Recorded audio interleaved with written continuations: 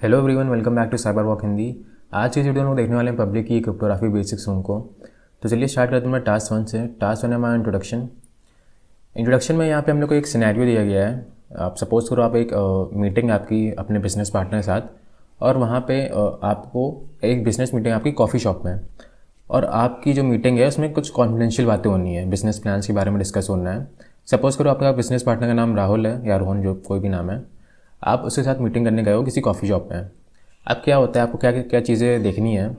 आप उस पर्सन को देख सकते हो, उसे सुन सकते हो, आप उसकी आइडेंटिटी को पहचानते हो, मतलब कि वो जो आपका बिजनेस पार्टनर है, आपने उसकी शक्ल देखी है, अब जो बोल रहा है आपको सुनाई दे रहा है, तो आपको पता है वो कौन है, उसकी आइडेंटिटी को आपने कंफर्म किया कौन है वो। तो इसे कहते हैं हम ऑथेंटिकेशन। आपने उसकी आइडेंटिटी को कंफर्म किया जिससे आप बात कर रहे हो, जो कि है हमारा रोहन। नेक्स्ट है, आपको ये कंफर्म करना है कि जो वो बोल रहा है वो इसी से आ रहा है या नहीं। मतलब अगर रोहन कुछ बोल रहा है, कोई बातचीत हो रही है, तो आपको दिख रहा है कि वो उसी के मुंह से ही आ रही है, जो डेटा है उसके मुंह से ही आ रहा है। तो इसे कहते हैं हम लोग ऑथेंटिसिटी, कि आपने वेरीफाई किया जो मैसेज आ रहा है। Message generally comes from a specific sender. Specific sender यहाँ पे हमारा रोहन है, तो उसी से हमारा मैसेज आ रहा है, ये हमने कंफर्म किया। इसे हम लोग कहते हैं ऑथेंटिसिटी। नेक्स्ट चीज़ हम लोग क्या देखनी है कि जो भी आप दोनों के बीच में बातचीत हो रही है, जैसे मेरे और रोहन के बीच में जो भी बातचीत हो रही है, वो चेंज ना हो जाए। जो डेटा है, जो हम लोग डेटा अपने मुंह से ट्रांसफ़र कर रहे हैं, वो डेटा चेंज ना हो जाए कहीं। मतलब अगर रोहन मुझे हाई बोला तो हाई का वो बाय ना हो जाए। तो इसे कहते हैं हम लोग इंटीग्रिटी मेंटेन करना। तो इंटीग्रिटी होती है ensuring that the data is not been altered और टैम्पर्ड विद। नेक्स्ट चीज़ क्या देखनी है हम लोग को कि जो हमारे बीच में जो भी बातचीत हो रही, कम्युनिकेशन जो हम लोग को हो रहा है बिजनेस प्लान से रिलेटेड कोई भी, तो ये कॉन्फिडेंशियल रहना चाहिए कि सिर्फ हम ही दोनों को सुनाई देनी चाहिए जो कम्युनिकेशन हो रही है। जो मैं बोल रहा हूँ वो रोहन को सुनाई दे, और जो रोहन बोल रहा है मुझे सुनाई देना चाहिए। कोई थर्ड पर्सन या कोई अटैकर हम लोग की कम्युनिकेशन को ना सुन पाए। तो ये चारों चीज़ें हम लोग देखनी होती है। यहाँ पे लिखा हुआ है ऑथेंटिकेशन क्या होता है, making sure you communicate with the right person, आप सही बंदे से बात कर रहे हो। ऑथेंटिसिटी होता है कि आपने वेरीफाई किया जिससे आप बात कर रहे हो, वो क्लेम्ड सोर्स जो आ रहा है डेटा, वो क्लेम सोर्स से आ रहा है या नहीं। इंटीग्रिटी होती है डेटा चेंज ना हो जाए, रास्ते में मॉडिफाई ना हो जाए। कॉन्फिडेंशियलिटी का मतलब होता है कि डेटा हम दोनों के बीच में ही रहना चाहिए, कि थर्ड पर्सन हम लोग कम्युनिकेशन को ना पढ़ पाए। यहाँ पे लिखा हुआ है cryptography can provide solution to satisfy the above requirements among many others. Private key cryptography that is symmetric encryption. Private key cryptography हम लोग सिमेट्रिक एन्क्रिप्शन बोलते हैं, और पब्लिक की क्रिप्टोग्राफी हम लोग एसिमेट्रिक क्रिप्टोग्राफी बोलते हैं। जो हमारी सिमेट्रिक एन्क्रिप्शन होता है वो मेनली प्रोटेक्ट करता है कॉन्फिडेंशियलिटी को। ये जो होती है कॉन्फिडेंशियलिटी, ये मेनली सिमेट्रिक एन्क्रिप्शन से प्रोटेक्ट करता है। और एसिमेट्रिक क्रिप्टोग्राफी किसे प्रोटेक्ट करती है, ये बाकी तीन है, ऑथेंटिकेशन, ऑथेंटिसिटी और इंटीग्रिटी। तो सिमेट्रिक एन्क्रिप्शन हम लोग को कॉन्फिडेंशियलिटी को प्रोटेक्ट करता है। वो मेक श्योर करता है कि जो भी बातचीत हो रही है दो सोर्सेज के बीच में, वो उन दोनों के बीच में ही रहनी चाहिए। तो सिमेट्रिक एन्क्रिप्शन ये देखता है, और बाकी जो तीन चीज़ें हैं वो हमारा एसिमेट्रिक क्रिप्टोग्राफी देखती है। लर्निंग प्रीरेक्विजिट क्या है यहाँ पे, ये हमारा क्रिप्टोग्राफी सीरीज़ का सेकंड रूम है। पिछला रूम उन्होंने कवर कर लिया क्रिप्टोग्राफी बेसिक्स, और नेक्स्ट रूम जो हमारा है हम लोग देखेंगे वो है hashing basics. Learning objective simple है, हमारे RSA एल्गोरिथम देखेंगे, डिफी एलिमेंट देखेंगे, SSH कैसे यूज़ होता है ऑथेंटिकेशन में वो देखेंगे, SSL TLS सर्टिफिकेट्स क्या होते हैं, डिजिटल सिग्नेचर्स क्या होते हैं, PGP GPG सारी कीज़ क्या होती हैं इन सब के बारे में हम लोग बात करने वाले हैं। तो अपनी मशीन को हमें स्टार्ट करते हैं सिंपली। ये हमें स्प्लिट स्क्रीन में हमें मशीन स्टार्ट हो गई है। इसे मैं न्यू टैब में खोल लेता हूँ। यहाँ पे एक आपको ऑप्शन मिलता है व्यू इन फुल स्क्रीन वाला, उस पर आप क्लिक करिए और यहाँ से वापस मिनिमाइज़ कर दीजिए इसे, तो ये लोड हो जाएगी अपने आप। तो टास्क 1 हम लोग देख लिया, यही था सिंपली इंट्रोडक्शन। अब बात करते हैं हमें टास्क 2 की। टास्क 2 हमारा common use of asymmetric encryption. यहाँ पे हम लोग को एक एनालॉजी दी गई है। वो क्या एनालॉजी, सपोज करो आपके पास सीक्रेट कोड है, और सीक्रेट कोड के इंस्ट्रक्शंस है कुछ। तो मुझे अपने फ्रेंड को एक सीक्रेट कोड भेजना है और इंस्ट्रक्शंस भेजना है। तो मैं कैसे भेजूँगा, अगर मैं डायरेक्ट भेजूँगा तो हैकर पढ़ सकता है, देख सकता है कम्युनिकेशन को, तो उसे डायरेक्ट मिल जाएगा सीक्रेट कोड और जो भी इंस्ट्रक्शंस हैं। पर मुझे क्या करना है, मुझे अपने फ्रेंड को भेजना है और सिक्योरली भेजना है। तो मैं क्या करूँगा, मैं अपने फ्रेंड से ताला मांगूंगा। ताला यहाँ पे हम लोग पब्लिक की को बोलना है। तो मैंने फ्रेंड से अपना ताला मांगा, ये ताला दिख रहा है आपको, तो ये ताला मैंने अपने फ्रेंड से मांगा, और इस बक्से के अंदर मैंने अपना सीक्रेट कोड रख दिया और इंस्ट्रक्शंस रख दिए उस सीक्रेट कोड को यूज़ करने के लिए। तो मैंने ताला लगा दिया। अब जो ताले की चाबी होगी वो मेरे फ्रेंड के पास ही है। तो उस ताले की चाबी जो है उसे हम लोग प्राइवेट की कह रहे हैं, जो मेरे फ्रेंड के पास ही रहती है। फ्रेंड ने मुझे क्या की दी, पब्लिक की दी। पब्लिक की क्या है, मैं ताला। तो हमने क्या किया, ताले से इस डेटा को इंक्रिप्ट किया, बंद किया, लॉक किया, ताकि कोई हैकर या अटैकर पढ़ ना पाए इस डेटा को। और फिर एज इट इज़ ये पूरा संदूक मैंने उसे दे दिया अपने फ्रेंड को। अब फ्रेंड के पास तो चाबी है, प्राइवेट की है, तो उस ताले को खोल लेगा और उसके बाद सारे इंस्ट्रक्शंस और सीक्रेट कोड मिल जाएगा उसको। तो ये सिंपल एनालॉजी है। सीक्रेट कोड यहाँ पे हम लोग कैसे कह रहे हैं, सिमेट्रिक एन्क्रिप्शन, साइफर और की को बोल रहे हैं। लॉक ताला जो है उसे हम लोग पब्लिक की बोल रहे हैं, और लॉक की जो ताले की जो चाबी है उसे हम लोग क्या कह रहे हैं, प्राइवेट की। रियल वर्ल्ड में in reality you need more cryptography to verify the person that you are talking with, this is achieved in digital signature and certificates. तो क्या कह रहा है कि जो रियल वर्ल्ड होता है उसमें हम लोग को और भी चीज़ें यूज़ होती हैं, जैसे हम लोग को ऑथेंटिकेशन करना होता है कि सामने वाला पर्सन जिससे हम लोग बात कर रहे हैं वो रियल है या नहीं। तो ऑथेंटिकेशन और ऑथेंटिसिटी इन सब के लिए हम लोग क्या यूज़ करते हैं, डिजिटल सिग्नेचर और सर्टिफिकेट्स का यूज़ करते हैं। यहाँ पे लिखे हैं जो हम लोग आगे देखने वाले हैं स्टार्स में, इस रूम में। तो क्वेश्चन क्या है, in the analogy presented what real object is analogous to the public key. तो पब्लिक की हम लोग यहाँ पे तालो कह रहे हैं, तो यहाँ पे लॉक इसका आंसर है। टास्क नंबर 3, टास्क 3 क्या है हमारा, RSA। तो RSA एक पब्लिक की इंक्रिप्शन एल्गोरिथम होती है जो मेक श्योर करती है कि आपका जो डेटा आप जो भेज रहे हो वो सिक्योर ट्रांसमिशन हो। क्या होती है RSA में, ये ज़्यादा इंपॉर्टेंट है। तो जो क्या होता है, कंसेप्ट क्या है यहाँ पे हम लोग 2 प्राइम नंबर्स को लेते हैं। It is simple to multiply two 1। देखो क्या लिखा है, हम लोग यहाँ पे 2 प्राइम नंबर्स को लिए, प्राइम नंबर 1 और प्राइम नंबर 2। प्राइम नंबर आपको लोग पता होता होगा क्या होते हैं prime numbers. Prime number simply क्या होते हैं, ऐसे नंबर्स जो खुद से डिविजिबल हो या तो 1 से डिविजिबल हो, उन नंबर्स को हम लोग प्राइम नंबर कहते हैं। जैसे 3 हो गया, 5 हो गया, 7 हो गया, ये सारे क्या हैं, खुद से डिविजिबल होते हैं 1 और 1 से। तो इन सबको हम प्राइम नंबर्स कहते हैं। तो ये हमारा पहला प्राइम नंबर है और ये हमारा दूसरा प्राइम नंबर है। अब हम लोग ने क्या किया, यहाँ पे हम लोग ने इसके प्रोडक्ट निकाल दिया, प्राइम नंबर 1 और प्राइम नंबर 2 को मल्टीप्लाई किया, तो ये प्रोडक्ट हम लोग को मिला। अब क्या होता है कंप्यूटर टर्म्स में, इन 2 प्राइम नंबर्स को मल्टीप्लाई करना कंप्यूटर के लिए काफ़ी आसान होता है। तो इन दोनों को मल्टीप्लाई करके ये निकाल देगा आसानी से। पर इस नंबर के फैक्टर्स निकालना काफ़ी मुश्किल होता है। फैक्टर्स मतलब फैक्टर्स क्या आएंगे इस नंबर के, जो मल्टीप्लिकेशन करके आया है, फैक्टर्स क्या होंगे, यही दोनों होंगे प्राइम नंबर। इन प्राइम नंबर्स को हम लोग फैक्टर भी कहेंगे। तो इस नंबर के फैक्टर्स प्राइम नंबर 1 और प्राइम नंबर 2 हैं। कंप्यूटर के लिए ये निकालना काफ़ी मुश्किल होता है। तो यही कंसेप्ट यूज़ होता है हमारा RSA में। इसी वजह से RSA हमारी सिक्योर होती है। एल्गोरिथम हम लोग आगे देखेंगे क्या होती है एल्गोरिथम इसकी। तो यहाँ पे लिखा हुआ है, in real world examples the prime numbers would be much bigger than the one से एग्जाम्पल। तो जो रियल वर्ल्ड होता है उसमें हम लोग के जो प्राइम नंबर्स होते हैं वो एक्चुअली में काफ़ी बड़े होते हैं। वो जैसे आपको ये तो बहुत बड़े लग रहे होंगे, पर इससे भी बड़े नंबर्स होते हैं, इससे भी 100 टाइम्स नंबर बड़े होते हैं। मतलब ये तो 10-12 डिजिट्स के नंबर हैं, पर एक्चुअल में 300 डिजिट्स के नंबर होते हैं। यहाँ पे लिखा भी हुआ है ईच अराउंड 300 डिजिट्स। तो 300 डिजिट के प्राइम नंबर को फिर हम लोग 300 डिजिट के प्राइम नंबर से मल्टीप्लाई करेंगे तो कितना बड़ा प्राइम नंबर आएगा। तो उसके फैक्टर्स निकालना काफ़ी मुश्किल होता है कंप्यूटर के लिए। तो यही एक की कंसेप्ट है जो RSA यूज़ करता है, जो मैथ यूज़ करती है RSA। आगे और आपको अच्छे समझ में आएगा जब हम लोग एल्गोरिथम देखेंगे। तो आप एक न्यूमेरिकल दिया गया, क्या एग्जाम्पल दिया गया है, एलिस को डेटा बेचना है बॉब को। तो एलिस ने क्या किया, बॉब की पब्लिक की ली, बॉब ने अपनी पब्लिक की एलिस को दे दी। अब एलिस ने अपना प्लेन टेक्स्ट जो था उसको उसे पब्लिक की से इंक्रिप्ट किया, साइफर टेक्स्ट में कन्वर्ट हुआ। साइफर टेक्स्ट जैसे ही बॉब के पास आया तो बॉब ने अपनी प्राइवेट की से इस डेटा को डिक्रिप्ट करके वापस में प्लेन टेक्स्ट कर लिया, तो उसे डेटा मिल गया। अब बात आती है ये प्राइवेट की और पब्लिक की जनरेट कैसे होती है, बनती कैसे, बॉब कैसे बनाएगा प्राइवेट की पब्लिक की। तो उस एल्गोरिथम को हम लोग देखने वाले हैं जो RSA की एल्गोरिथम है। तो यहाँ पे क्या होता है, बॉब यहाँ पे 2 प्राइम नंबर्स को चूज़ करेगा। यहाँ पे लिखा हुआ Bob chooses 2 prime numbers P and Q। तो 2 प्राइम नंबर्स को बॉब ने चूज़ किया, P हमारा 157 और Q हमारा 199। अब इन दोनों का मल्टीप्लिकेशन करेगा, he calculates n equals to P into Q। तो दोनों को मल्टीप्लाई किया उसने, ये वैल्यू आई। अब क्या करेगा, अब फंक्शन क्या है, फाइन क्या है फंक्शन, ये हमारा फंक्शन है। ये फंक्शन क्या कैलकुलेट करता है, n minus P minus Q plus 1।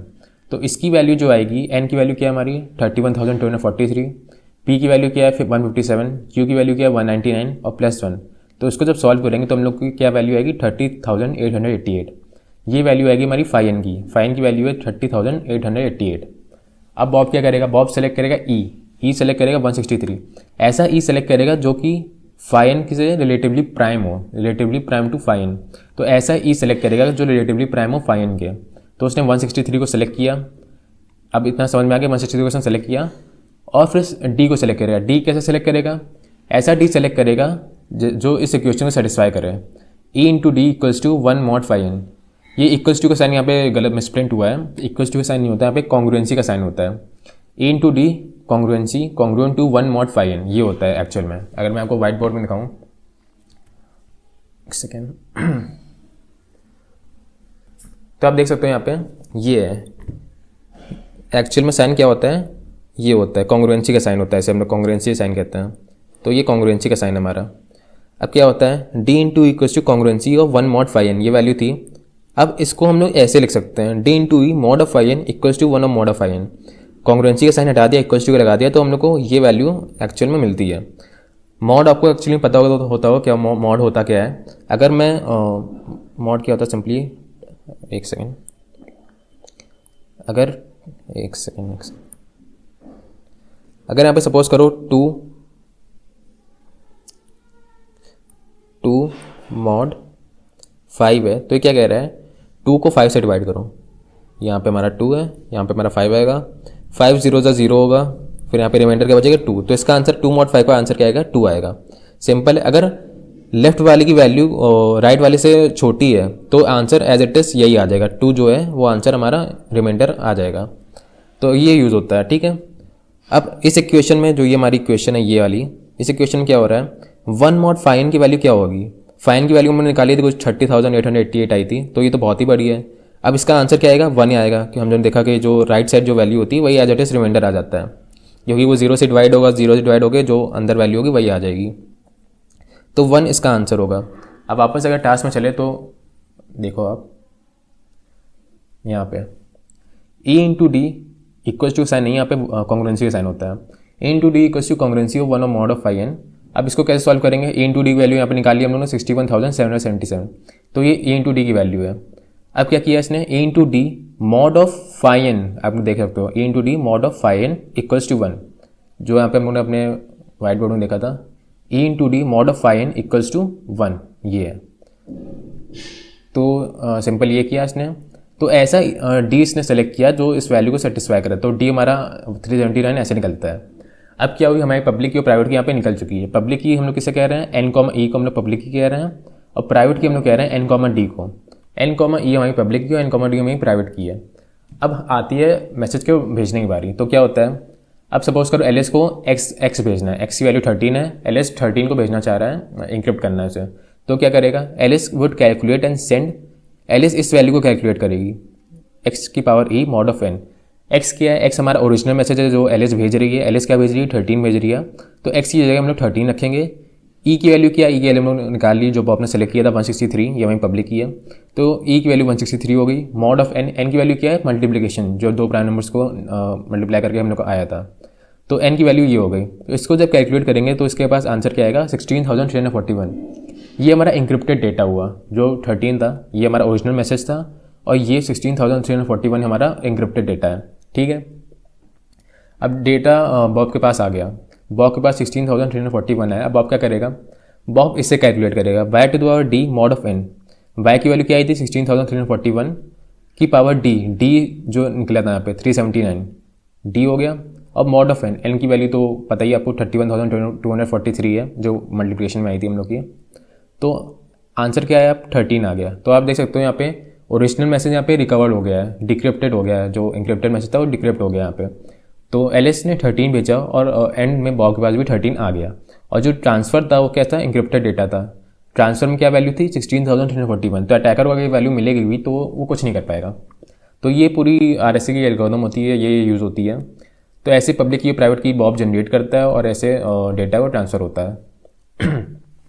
RSA का CTF में भी काफ़ी यूज़ होता है। CTF में वगैरह में यहाँ पे आपको कुछ वैल्यू दी जाती है P, Q, M, N, D, और आपको डिक्रिप्ट करके डेटा देना होता है, ऐसे कुछ दिया जाता है CTF चैलेंजेस में।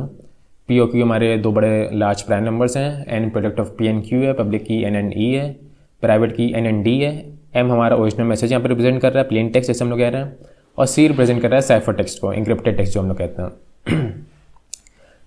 अब एक और बात करते हैं। देखो यहाँ पे हम लोग ने बात करी, जो अटैकर होगा वो मैसेज को अगर मिल भी गया तो नहीं कर पाएगा। उसके लिए इसको क्या चाहिए होगा, अगर उसे डिक्रिप्ट करना है मैसेज को तो क्या चाहिए होगा, उसे फाइन की वैल्यू पता करनी होगी।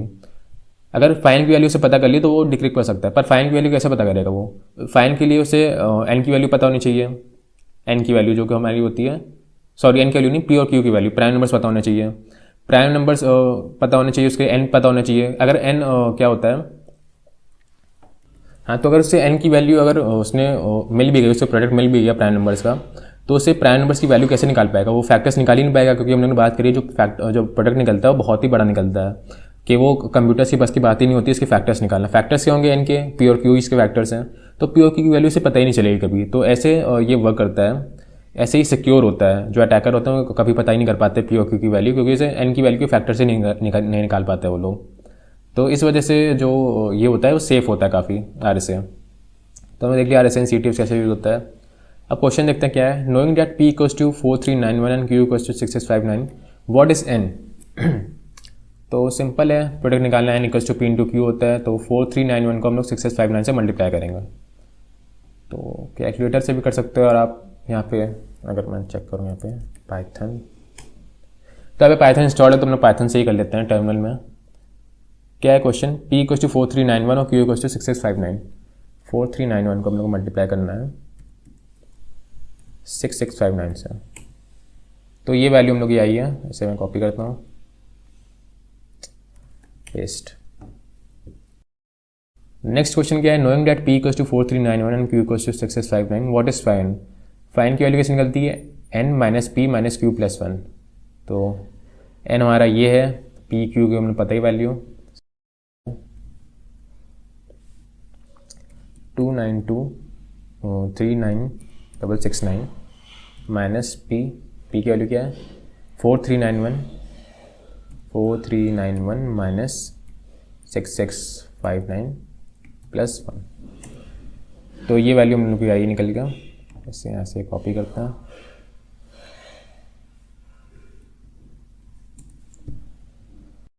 तो जो हमारा टास्क 3 तो कंप्लीट होता है यहाँ पे। अब चलते हैं टास्क 4 पे। टास्क 4 हमारा डेफी हेलमन की एक्सचेंज। तो इसमें क्या होता है, तो डायग्राम को समझते हैं यहाँ पे क्या हो रहा है। तो यहाँ पे फिर से एलिस और बॉब है, यहाँ पे दो कैरेक्टर्स हैं। अब क्या होता है, देखो डेफी हेलमन की एक्सचेंज का कंसेप्ट क्या है। यहाँ पे एक की को दोनों एक की एक्सचेंज होती है। एक ऐसी मैथ ये लोग करते हैं कि दोनों के पास, एलिस के पास भी और बॉब के पास भी सेम की आ जाती है। अब सेम की आ गई है तो हम लोगों ने देखा था सिमेट्रिक इंक्रिप्शन में क्या होता है, अगर दोनों के पास सेम की आ गई है तो डेटा आसानी से इंक्रिप्ट कर सकते हैं और डिक्रिप्ट कर सकते हैं। लार्ज डेटा को भी आसानी से ट्रांसफर कर सकते हैं। तो ये कंसेप्ट है, यहाँ पे हम लोग को की एक्सचेंज करनी है, दोनों के पास सेम की आ जाए। तो क्या होता है, पहला स्टेप क्या है यहाँ पे, ये सब इतना पढ़ने की जरूरत नहीं है, सिंपली डायग्राम समझते हैं क्या हो रहा है। तो देखो क्या है, पहला स्टेप क्या है, दोनों एलिस और बॉब दो नंबर्स पे एग्री करते हैं। क्या वो नंबर्स, पी और जी। पी हमारा प्राइम नंबर है, यहाँ पे कह रहे हैं पी को प्राइम नंबर है, और जी हमारा जनरेटर है। पी सपोज करो एग्जांपल 29 लिया और 3। पी हमारा जो प्राइम नंबर है वो 29 है और जी जनरेटर जो है वो 3 है। तो दोनों ने एग्री किया इस पर। अगर ये चीज़ अटैकर देख भी पा रहा है प्राइम नंबर और जनरेटर को, तो भी वो कुछ नहीं कर पाएगा। तो प्राइम नंबर जनरेटर इन दोनों ने अपने सेलेक्ट कर, मतलब आपस में बात करके एग्री कर लिया। सेकेंड स्टेप क्या है, अब एलिस एक की वैल्यू प्राइवेटली चूज करेगा, सीक्रेट की होती है ये। एलिस प्राइवेटली चूजेस ए, एग्जाम्पल 13।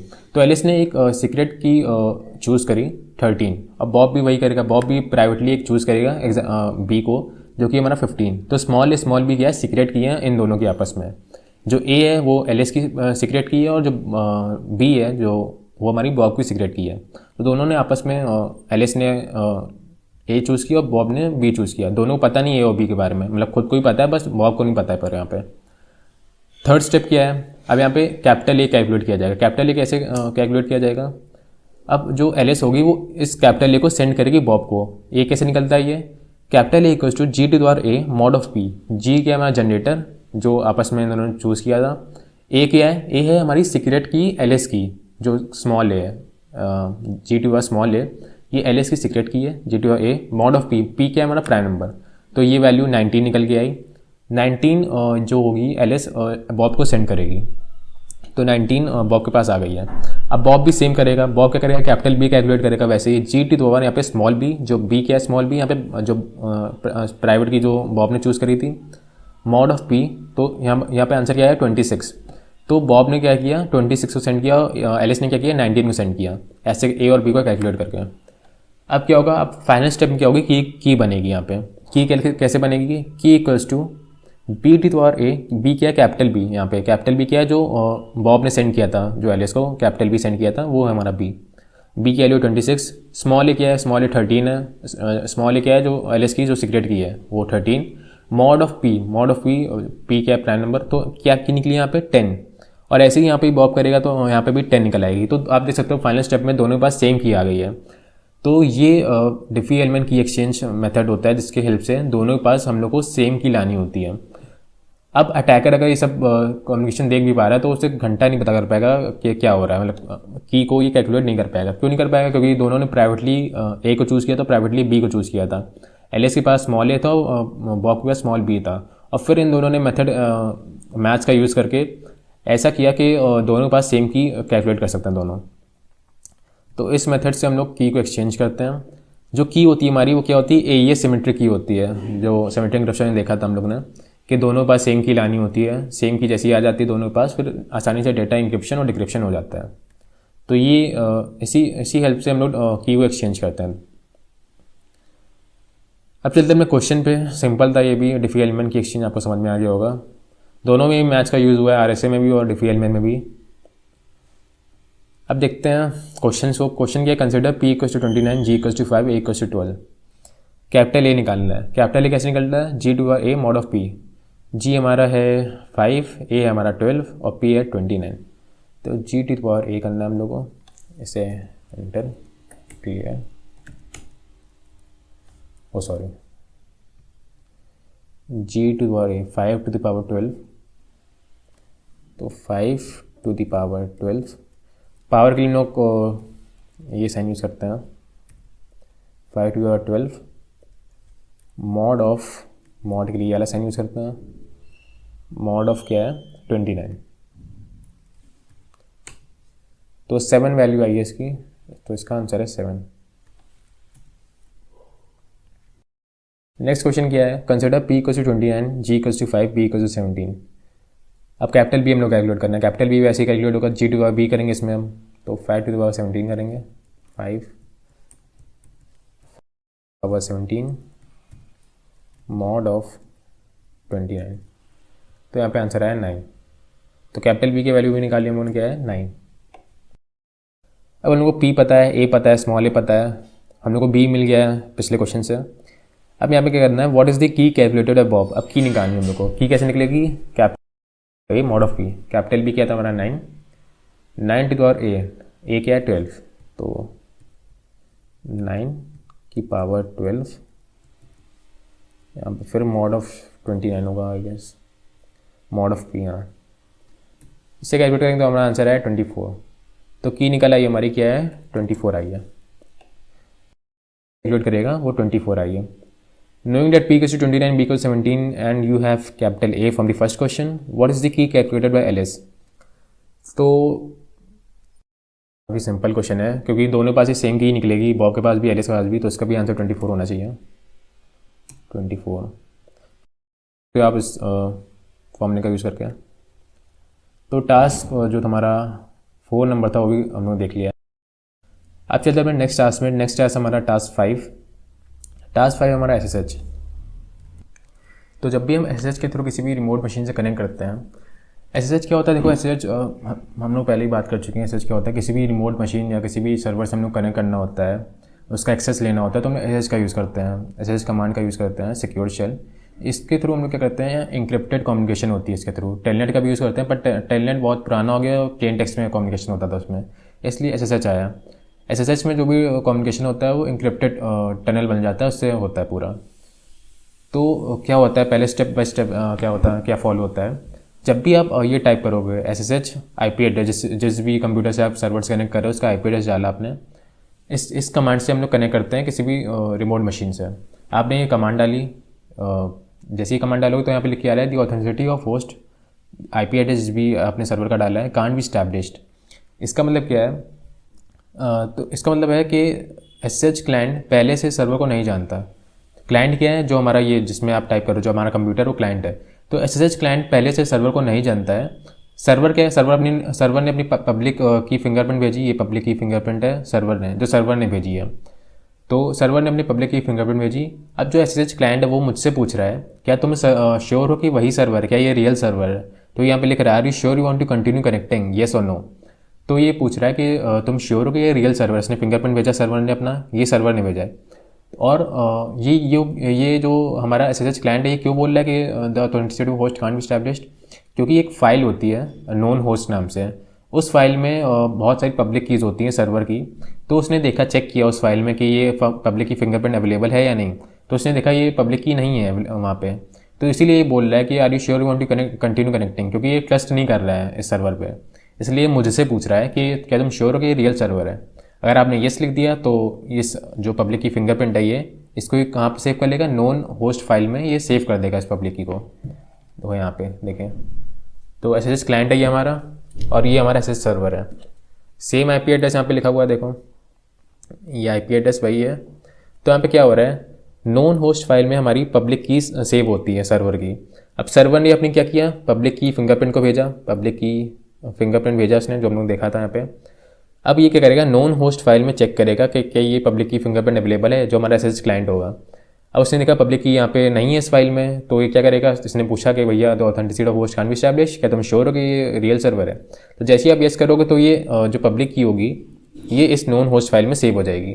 तो फिर जब भी आप कनेक्ट करना चाहोगे सर्वर से, वही कमांड वापस रन करोगे तो ये डायरेक्टली कनेक्ट हो जाएगा। ये पहले चेक करेगा नोन होस्ट फाइल में क्या ये की अवेलेबल है, तो की यहाँ पे प्रेजेंट होगी, तो जैसे ही प्रेजेंट होगी तो डायरेक्टली कनेक्शन दे देगा। फिर ये वापस से ये क्वेश्चन जो हमारा लिख के आ रहा था, the authenticity of host can be establish, और ये सब कुछ लिख के नहीं आएगा। तो ऐसे हम लोग क्या करते हैं, सर्वर को ऑथेंटिकेट करते हैं कि हम लोग ने सर्वर को ट्रस्ट किया भाई सर्वर रियल सर्वर है या नहीं। तो एसएसएच में हम लोग ऑथेंटिकेट ऐसे करते हैं सर्वर को। अब क्या होता है, ऑथेंटिकेटिंग द क्लाइंट, तो सर्वर भी अब कंफर्म करेगा जिससे वो बात कर रहा है क्लाइंट से, वो रियल है या नहीं, वो ट्रस्टवर्दी है या नहीं। तो अब यहाँ पे क्या होता है, ऑथेंटिकेटिंग द क्लाइंट में देखो दो प्रोसेस होते हैं। अगर मुझे अपने आप को प्रूव करना है कि मैं रियल हूँ तो क्या करूँगा मैं, या तो यूज़र नेम पासवर्ड का यूज़ करेंगे कि मैंने यूज़र नेम पासवर्ड डाला और लॉगिन किया मशीन में, तो ऐसे आप ऑथेंटिकेट कर सकते हो। और कैसे कर सकते हो, एसएसएच कीज़ की हेल्प से कर सकते हो। तो दो मेथड होते हैं यहाँ पे। एसएसएच की ऑथेंटिकेशन में क्या होता है, एक प्राइवेट की होती है, पब्लिक की होती है। प्राइवेट की हमारे क्लाइंट के पास होती है, जो मेरे पास रहेगी, वो पब्लिक की मैं सर्वर को दे सकता हूँ। तो ये प्रोसेस होता है। देखो कैसे जनरेट होती है एसएसएच की, इस कमांड के थ्रू एसएसएच की ये जैसे टर्मिनल में डालोगे तो यहाँ पे एल्गोरिथम लिख के आ रही है DSA, ECDC, CDSA, RSA। तो ये पूछेगा कौन सी यूज़ करनी है तुम्हें, जो भी तुम दोगे यहाँ पे उस एल्गोरिथम को ये यूज़ करेगा और की जनरेट करेगा। यहाँ पे देखो नीचे ये देखो एसएच कीजन -T, और मैंने वो AD 25519 पब्लिक की सिग्नेचर सिस्टम, ये जो एल्गोरिथम होती है इसको मैंने यहाँ पे मेंशन किया है। तो ये इस एल्गोरिथम को यूज़ करके पब्लिक की और प्राइवेट की जनरेट करेगा, की पेयर बनाएगा दोनों का। पब्लिक की जो लिख के आ रही है, public key has been saved in SSH ID AD 25519.pub, ये हमारी पब्लिक की हो गई, और इसके ऊपर ये हमारी प्राइवेट की हो गई। तो ये हमारी प्राइवेट की है और ये हमारी पब्लिक की है। तो पब्लिक की प्राइवेट की यहाँ पे जनरेट हो गई है। अब ऑथेंटिकेट कैसे होता है क्लाइंट पे, देखो यहाँ पे चलते हैं वापस, इसको पहले इरेज कर देता हूँ, एक सेकेंड।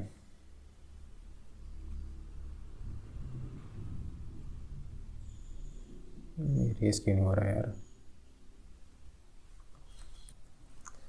तो देखो यहाँ पे क्या हो रहा है, नोन होस्ट जब उन्होंने देखा क्लाइंट ऑथेंटिकेशन में क्या होता था, नोन होस्ट फाइल में पब्लिक की सेव होती थी, तो ऐसे सर्वर को ऑथेंटिकेट किया जाता था कि सर्वर रियल है या नहीं। अब क्लाइंट को जब ऑथेंटिकेट करना है तो क्या होता है, पब्लिक की और प्राइवेट की देखो क्लाइंट ने जनरेट करी, यहाँ पे लिखा हुआ है क्लाइंट जनरेट पब्लिक की एंड प्राइवेट की। तो पब्लिक की प्राइवेट की उसने जनरेट किया। अब सर्वर क्या करता है, यहाँ पे सर्वर एक डेटा को सेंड करता है किसको, क्लाइंट को। डेटा यहाँ पे सेंड होता है, और डेटा किससे साइन होता है, ऑथराइज्ड कीज़ में। ये फाइल होती है ऑथराइज्ड कीज़, इस फाइल में पब्लिक की सेव होती हैं, किसकी, क्लाइंट्स की। तो ये जो पब्लिक की होगी, इस पब्लिक की को इस डेटा साइन करेगा। सॉरी उल्टा बता दिया मैंने, गलत बोल दिया, सेकेंड। हाँ, तो क्या होता है, यहाँ पे डेटा सेंड किया इसने, डेटा सेंड करेगा यहाँ पे। अब क्लाइंट के पास डेटा आ गया। अब ये सर्वर क्लाइंट से कहेगा कि इस डेटा को जो मैंने तुम्हें भेजा है इसको तुम अपनी प्राइवेट की से साइन करके मुझे वापस भेजो। तो ये क्या करेगा, क्लाइंट अपनी प्राइवेट की से, ये जो प्राइवेट की है इससे इस डेटा को साइन करेगा और ये वापस सर्वर को भेज देगा। अब सर्वर के पास डेटा आ गया साइन हो गया। अब सर्वर अपनी ऑथराइज्ड कीज़ में चेक करेगा, पब्लिक कीज़ में, और इस पब्लिक की हेल्प से इस डेटा को वापस से चेक करेगा। अगर ये लॉग्ड इन हो गया, मतलब अगर इसने क्या वेरीफाई हो गया ये, तो ये लॉग्ड इन कर देगा। अगर वेरीफाई नहीं हुआ तो एक्सेस यहाँ पे डिनाइड हो जाएगा। तो ये पूरा प्रोसेस होता है क्लाइंट ऑथेंटिकेशन में। सर्वर एक मैसेज भेजता है और कहता है कि मैसेज को साइन करके प्राइवेट की से मुझे वापस भेजो। जैसे ही इस क्लाइंट वापस भेजेगा इसे, तो इस जो डेटा भेजा गया है सर्वर क्या करेगा, अपनी पब्लिक की से, जो क्लाइंट की पब्लिक की थी उससे क्या करेगा, इस डेटा को वेरीफाई करेगा। अगर वेरीफाई हो गया तो लॉकडाउन, क्लाइंट लॉकडाउन हो जाएगा। अगर वेरीफाई नहीं हुआ तो एक्सेस यहाँ पे डिनाइड हो जाएगा। तो ये ऐसे हम लोग क्या करते हैं, यहाँ पे क्लाइंट को ऑथेंटिकेट करते हैं, ऑथेंटिकेटिंग द क्लाइंट। तो ये प्रोसेस होता है, क्लाइंट अपनी की जनरेट करेगा एल्गोरिथम को यूज़ करके। जैसे ही की जनरेट करेगा, वो मैंने बता दिया पूरा प्रोसेस क्या होता है, कैसे साइन होता है। अब यहाँ पे लिखा है एस प्राइवेट कीज़, यहाँ पे लिखा है काफ़ी इंपॉर्टेंट होती है, और पास फ्रेज के साथ आपको प्राइवेट की को इंक्रिप्ट करना चाहिए। तो वो पास फ्रेज क्या होता है, पास फ्रेज एक एक्स्ट्रा प्रोटेक्शन होती है प्राइवेट की के ऊपर। तो प्राइवेट की के ऊपर अगर पास फ्रेज लगा दिया, जैसे अगर किसी अटैकर के पास मेरा प्राइवेट की सपोज करो चला गया है, तो बिना पास फ्रेज के वो उस की को एक्सेस नहीं कर पाएगा। तो पास फ्रेज अगर लगा हुआ है तो आपका प्राइवेट की क्या हो जाती है, इंक्रिप्टेड हो जाती है एक तरीके से। तो यही लिखा हुआ है यहाँ पे, it is very important to mention that pass phrase is used to decrypt the private key, doesn't identify you to the server at all, it only decrypts the SSH private key. The pass phrase never transmitted never leaves system, तो pass phrase आपके system में रहती है, कभी transmit की जाती है। Using tools like John the ripper, John the ripper क्या होता है, एक पासवर्ड एक गेसिंग टूल होता है कि आप पासवर्ड इसके हेल्प से ब्रोक कर सकते हो। तो सपोज करो you attack an encrypted such key to attempt to find the password, तो पासवर्ड जो अटैकर होते हैं वो पासवर्ड पता करने के लिए जॉन द रिपर टूल का यूज़ कर सकते हैं। तो यहाँ पे आपको क्या करना है, आपको कॉम्प्लेक्स पासवर्ड का यूज़ करना है। यहाँ पे लिखा हुआ है using a complex password and keeping private की प्राइवेट। तो आप कॉम्प्लेक्स पासवर्ड का यूज़ करोगे तो आपकी प्राइवेट की के ऊपर एक एक्स्ट्रा प्रोटेक्शन लगी हुई है इंक्रिप्शन की। तो अगर जितना आपका पासवर्ड कॉम्प्लेक्स होगा उतना आपका प्राइवेट की सिक्योर रहेगी। अगर अटैकर के पास मिल भी गई उसे तो वो उसे तोड़ नहीं पाएगा उस इंक्रिप्शन को। तो यही लिखा हुआ है, यही सब है यहाँ पे लिखा हुआ है। When generating SSC to log in to remote system remote machine, you should generate the keys on the machine. देखो जो मशीन जो कीज तुम जनरेट कर रहे हो तो अपनी मशीन में जनरेट की हो, तुम कॉपी कर दोगे पब्लिक की, जो तुम्हारी पब्लिक की है इस कमांड का यूज़ करके। पब्लिक की किसको कॉपी कर दोगे, जो सर्वर है उस सर्वर अपनी पब्लिक की को तुम कॉपी कर सकते हो इस कमांड का यूज़ करके। ऐसे लिखा है कि tested the by the remote host, वही से लिखा है ऑथराइज्ड कीज़ में जो हमारा बात करी थी हम लोग ने। ऑथराइज्ड कीज़ में क्या होता है, पब्लिक कीज़ यहाँ पे सेव होती हैं क्लाइंट की। तो वही चीज़ लिखी, तो मोटा मोटा क्या वही प्रोसेस होता है जो मैंने आपको बताया कि पहले ऑथेंटिकेटिंग द सर्वर होता है, सर्वर कैसे ऑथेंटिकेट किया जाता है, और फिर क्लाइंट को कैसे ऑथेंटिकेट किया जाता है। एक चैलेंज भेजता है सर्वर डेटा एक तरीके से, और क्लाइंट उससे क्या करता है वो सब मैंने आपको बता ही दिया। तो यही सब था। Using SSH keys to get a better shell, तो क्या होता है सीटी ऑफ टेक्सटिंग वगैरह में क्या होता है, यूजली हमें रिवर्स शेल मिलता है जो कि यूजली अनस्टेबल होता है। जो हमारा रिवर्स शेल में जो हम लोग को मिलता है वो यूजली अनस्टेबल होता है, उसमें नो टैप कंट्रोल सी का इशू होता है, कमांड ब्रेक हो जाती हैं। तो इसको अपग्रेड करने के लिए अटैकर्स क्या करते हैं, एसएसएच कीज़ का यूज़ करते हैं। कैसे करते हैं, अटैकर को क्या करना होता है, नॉर्मल यूज़र या अगर रूट यूज़र का शेल मिल जाए और होम डायरेक्टरी को उसे एक्सेस हो, तो क्या करता है, तो वो अपनी एसएसएच पब्लिक की को, जो उसकी एसएसएच पब्लिक की होगी उसे कहाँ डाल देता है, ऑथराइज्ड कीज़ नाम के जो उसका होगा फोल्डर फाइल में, जब पता है पब्लिक कीज़ होती हैं तो उसमें ऑथराइज कीज़ में ये डाल देगा, जो कि एक यूजफुल बैकडोर का काम करते हैं, बैकडोर एक बना देता है। फ़ायदा क्या है यहाँ पे, फ़ायदा ये प्रॉपर एसएस लॉगिन मिल जाता है अटैकर को, स्टेबल टर्मिनल मिल जाता है, tab completion control command break issue जो हो रहे होते हैं वो सब नहीं होते हैं। तो ये होता है using SSH keys to get a better shell, ऐसे हम लोग को बेटर शेल मिल जाता है। क्वेश्चन क्या यहाँ पे चेक दी एसएसएच प्राइवेट की इन पब्लिक क्रिप्टो बेसिक्स टास्क 5। तो चलते हैं टर्मिनल में, एग्जिट तो एग्जिट हो गया हम लोग यहाँ पे। अब क्या करना है, LS yes public crypto basics, तो CD public crypto basics LS task 5 task 7 यहाँ पे प्रेजेंट है, तो टास्क 5 में हो जाना है सीडी टास्क 5। अरे यार इतना टास्क 5। अब एल एस करें अगर, तो यहाँ पे लिखा है आईडी आर एस ए, तो आर एस ए का यूज़ हो रहा है यहाँ पे। चेक दी एसएच प्राइवेट की व्हाट एल्गोरिथम डज यूज़, तो आर एस ए एल्गोरिथम का यहाँ पे यूज़ हो रहा है। आप इसको देख सकते हो, कंट्रोल सी अगर मैं करूँ, कंट्रोल सी कैट एंटर, तो यहाँ पे लिख के आ रहा है begin R S A private की, तो प्राइवेट की यहाँ पे आप देख सकते हैं यहाँ पे, तो आर एस ए एल्गोरिथम यहाँ पे यूज़ हो रहा है। और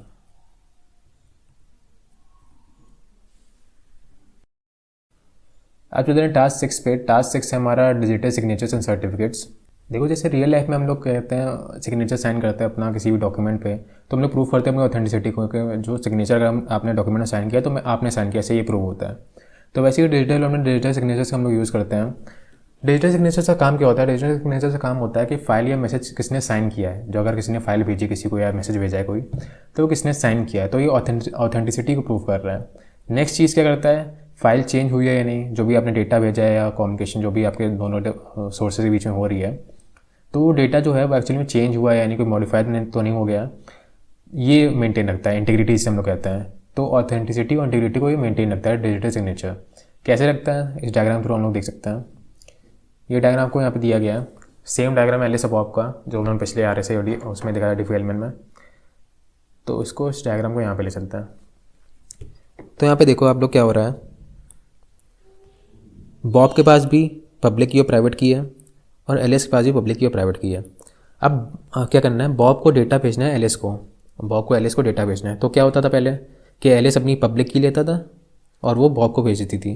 तो एलिस के जब बॉब के पास पब्लिक की आ गई तो वो क्या करेगा, उस पब्लिक की से साइन करेगा, डेटा को इंक्रिप्ट करेगा और इंक्रिप्टेड डेटा एलिस को भेज देगा और एलिस क्या करेगी, इसी प्राइवेट की से उस डेटा को डिक्रिप्ट कर देगी। तो ये प्रोसेस होता था जो हम लोग ने पहले देखा है। अब क्या करना है, हम लोग को इंटीग्रिटी और ऑथेंटिसिटी मेंटेन रखनी है। तो उसके लिए क्या करते हैं हम लोग, सपोज़ करो कि बॉब है, बॉब को कुछ मैसेज भेजना है। सपोज़ करो ये मैसेज है हमारा, ये मैसेज इसको एलिस को भेजना है। तो क्या करेगा बॉब इस मैसेज का हैश निकाल लेगा, इस मैसेज का हैश निकाल लेगा, हैशिंग फंक्शन का यूज़ करके, एल्गोरिथम को यूज़ करके ये इस मैसेज का हैश निकाल लेगा। हैश क्या होता है, एक फिक्स डिजिट स्ट्रिंग होती है। किसी फाइल, डॉक्यूमेंट, टेक्स्ट का आप हैश निकाल सकते हो एल्गोरिथम का यूज़ करके। और उस हैश क्या होती है, एक फिक्स डिजिट की स्ट्रिंग होती है। जैसे सपोज करो XYZ कोई एक्सप्रेशन होगा, ये लंबी सी स्ट्रिंग होती है और फिक्स डिजिट की होती है।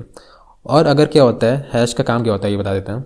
मैसेज अगर ये जो ओरिजिनल मैसेज है ये हल्का सा भी चेंज हो गया, कुछ भी इसके अंदर चेंज हो गया, कुछ भी हल्का सा छोटी छोटी चीज़ भी कोई चेंज हो गई तो और फिर इसका हैश निकाला तो ये पूरा चेंज हो जाएगा। XYZ आया, ये पूरा कंप्लीटली चेंज हो जाएगा।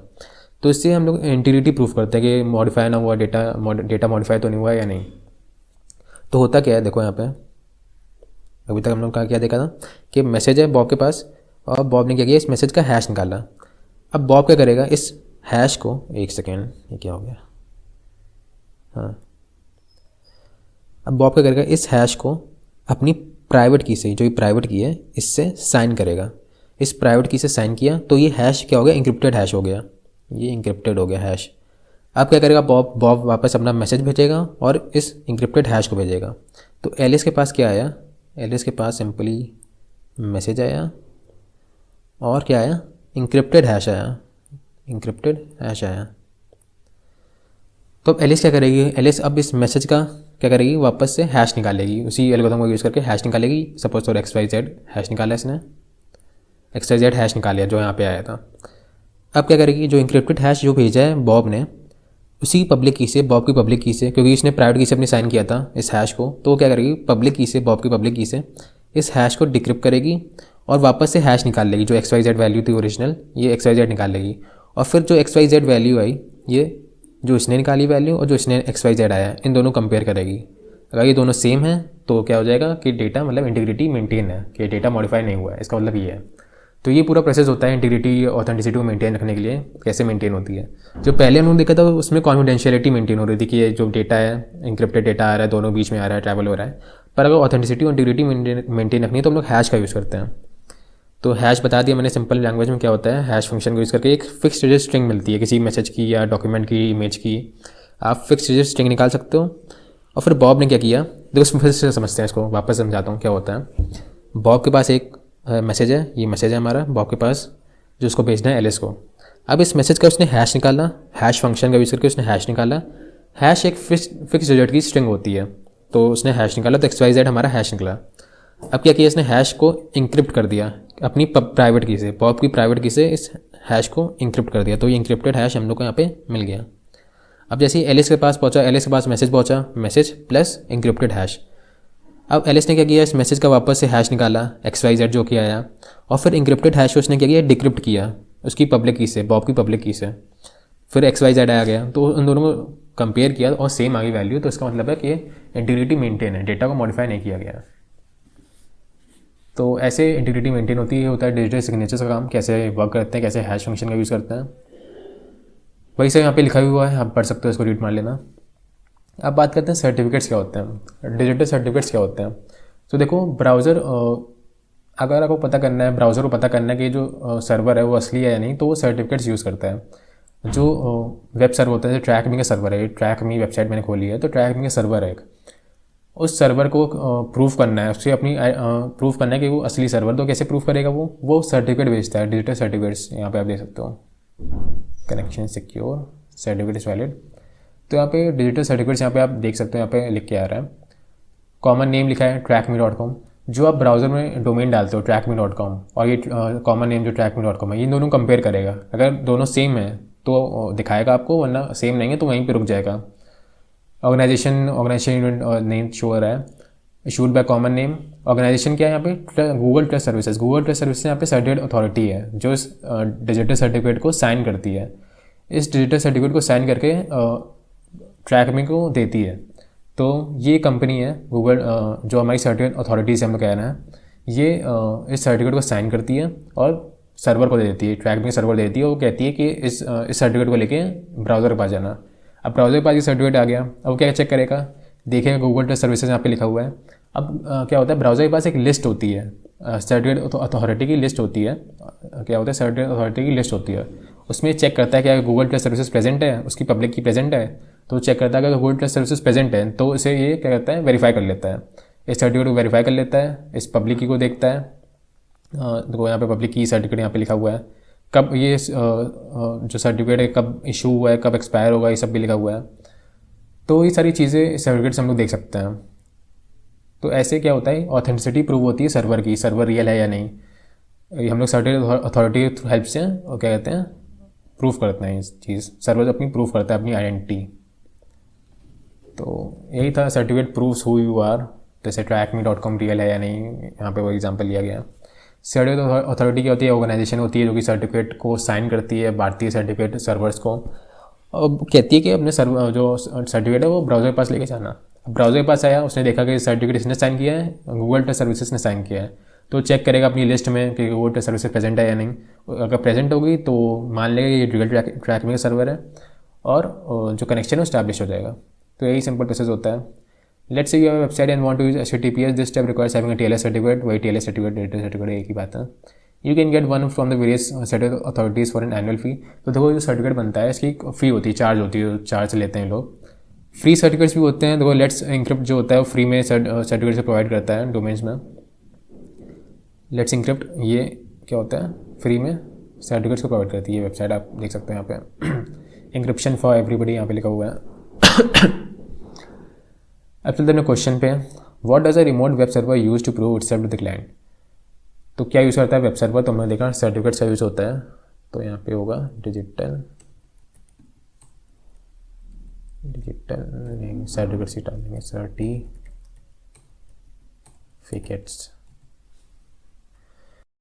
यूज़ करके वेब सर्वर अपनी आइडेंटिटी को प्रूव करता है। नेक्स्ट क्वेश्चन है, what would you use to get a free TLS certificate for your website.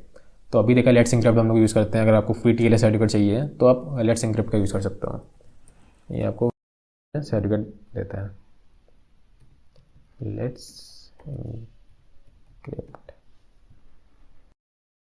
तो टास्क 6 में हम लोग देख लिया क्या होती है डिजिटल सिग्नेचर्स, क्या होते हैं डिजिटल सर्टिफिकेट्स। अब बात करते हैं टास्क 7 की, में हम लोग बात करेंगे PGP और GPG की।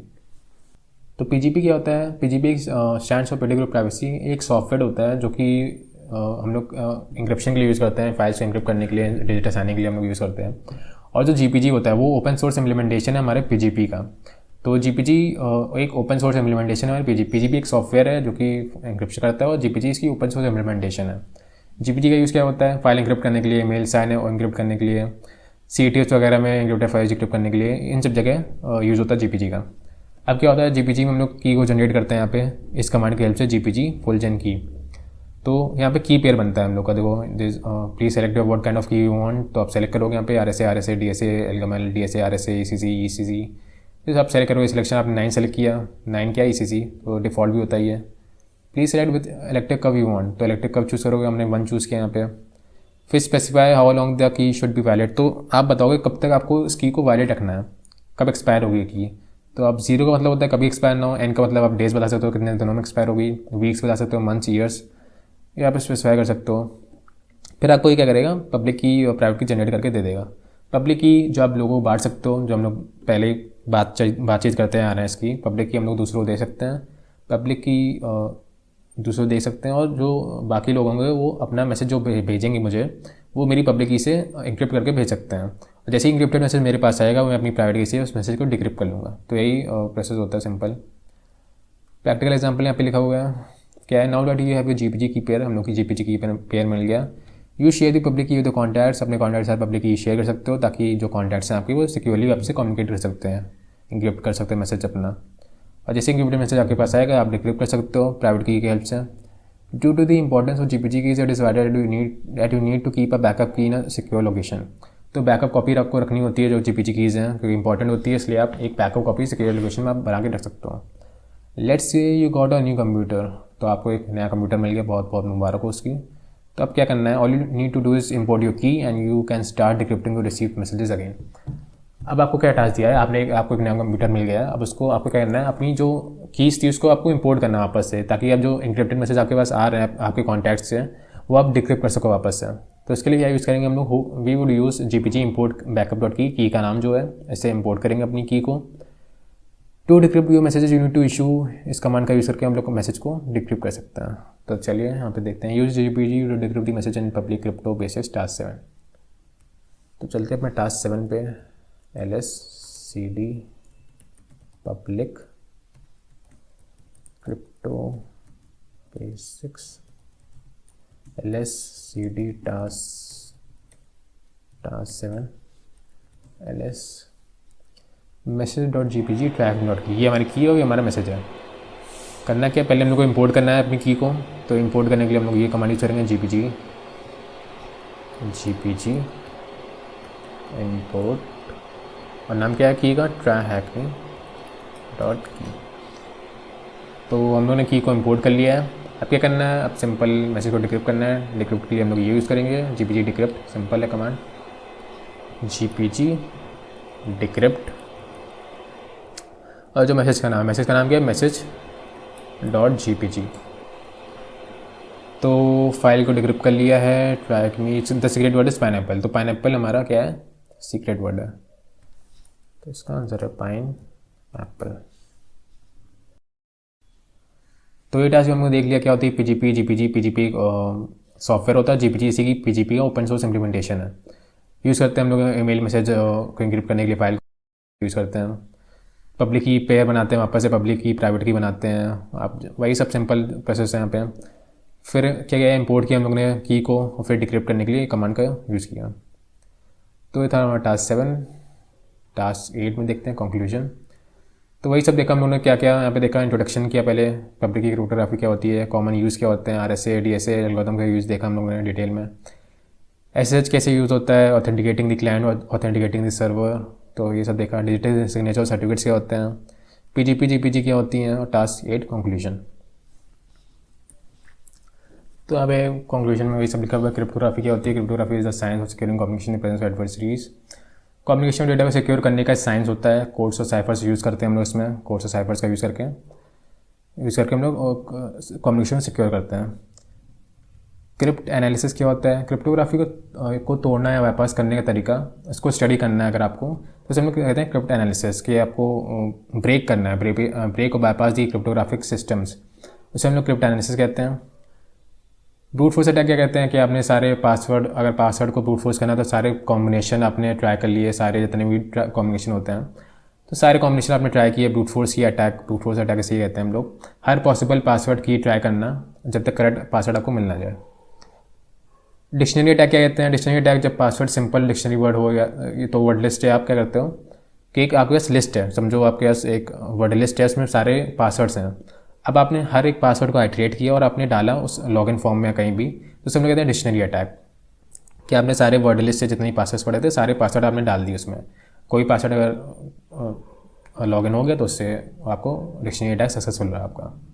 तो ये होता है cryptography, crypt analysis, brute force attack, dictionary attack. तो देख सक लिए हम लोग से क्या होता है पब्लिक की क्रिप्टोग्राफी बेसिक्स, हम लोग देख लिया इस रूम को। अब कंक्लूड करते हैं सर।